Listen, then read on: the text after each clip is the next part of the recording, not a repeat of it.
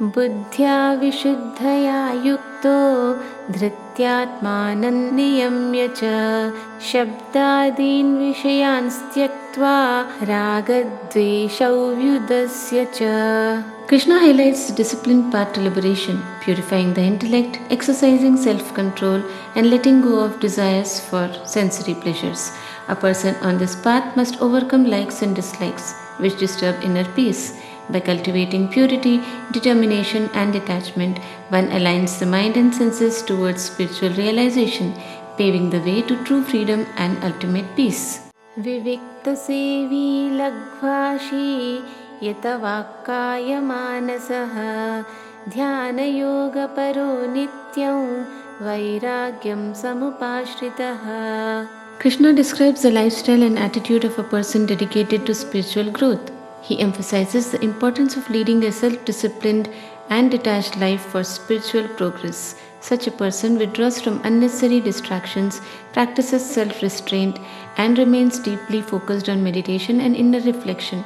Through simplicity and renunciation, they create the ideal conditions for self-realization and ultimate peace. Ahankaram balandarpam kamam krodham parigraham vimucya nirmama shanto brahma bhuyaya kalpate. Krishna explains how one prepares to achieve unity with Brahman by letting go of negative tendencies. He highlights that liberation requires shedding the burdens of ego, desires, and attachments. A calm and detached mind, free from anger and selfishness, becomes capable of experiencing the divine essence. The verse encourages cultivating humility, peace, and selflessness as essential steps towards spiritual perfection and oneness with the Supreme. Brahma bhutah prasannatma na shochati na kankshati samas sarveshu bhuteshu madbhaktin labhate param. Krishna describes the qualities of a person who has realized oneness with Brahman. A person who reaches the state of Brahma bhuta transcends dualities like sorrow and desire, recognizing the same divine essence in all. This state of equanimity leads to pure, unwavering devotion to the Supreme, which is the ultimate goal of spiritual life.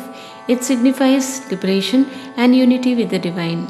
Bhaktya mam abhijanati yavanyaschasmi tattvatah tato man tattvato gyatva vishate tadanantaram. Krishna emphasizes the role of devotion in understanding the supreme truth.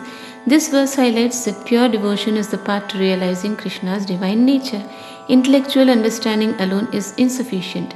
It is through heartfelt devotion that one perceives Krishna as the supreme reality.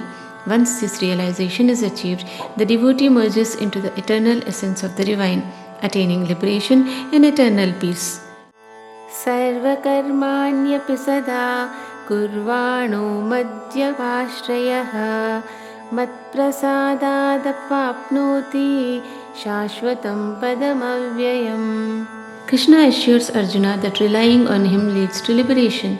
This verse teaches that surrendering to Krishna while continuing one's worldly duties leads to spiritual success. When actions are performed with devotion and dependence on Krishna, His grace ensures the seeker transcends the cycle of birth and death, ultimately reaching the eternal and changeless state of liberation. It emphasizes that spiritual progress doesn't require renouncing action but dedicating it to the divine. Chetasa sarvakarmani mai sanyasya matparaha buddhiyogamupashritya matchitta satatam bhava. Krishna explains how to live a spiritually aligned life. This verse highlights surrender and devotion as the essence of spiritual practice. Krishna encourages offering all actions and their outcomes to Him with a heart full of faith and reliance.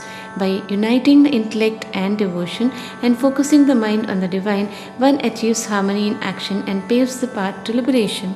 Matchitta sarva durgani matprasadattarishyasi atha chettvamahankaran na shroyasi vinangshyasi. Krishna reassures Arjuna while warning against arrogance. He emphasizes that surrendering to him with devotion ensures divine protection and the strength to face challenges. However, allowing ego to dominate leads to disobedience and self destruction. This verse underscores the importance of humility, faith, and reliance on the Supreme to navigate life successfully and avoid spiritual downfall. यदहङ्कारमाश्रित्य न योत्स्य इति मन्यसे मिथ्यैष व्यवसायस्ते prakritiस्त्वान्नियोक्ष्यति. Krishna explains the futility of resisting one's inherent nature. He emphasizes that actions dictated by one's inherent qualities are unavoidable. Arjuna's warrior nature will drive him to fulfill his duty regardless of his current hesitation. The verse teaches that resistance born out of ego and delusion is futile, as the natural law of one's being will ultimately prevail. Surrendering to duty with understanding leads to harmony and success. स्वभावजेन Kaunteya निबद्धस्वेन कर्मणा कर्तुं नेच्छसि यन्मोहात् करिष्यस्य वशोऽपि तत्. Krishna explains the compulsion of one's inherent nature. This verse highlights that one's innate qualities and tendencies drive actions even if resisted out of confusion or ego. Krishna reassures Arjuna that his warrior nature will compel him to fulfill his duties whether he chooses willingly or not. The lesson is to act in alignment with one's true nature, surrendering delusions to achieve inner peace and spiritual growth.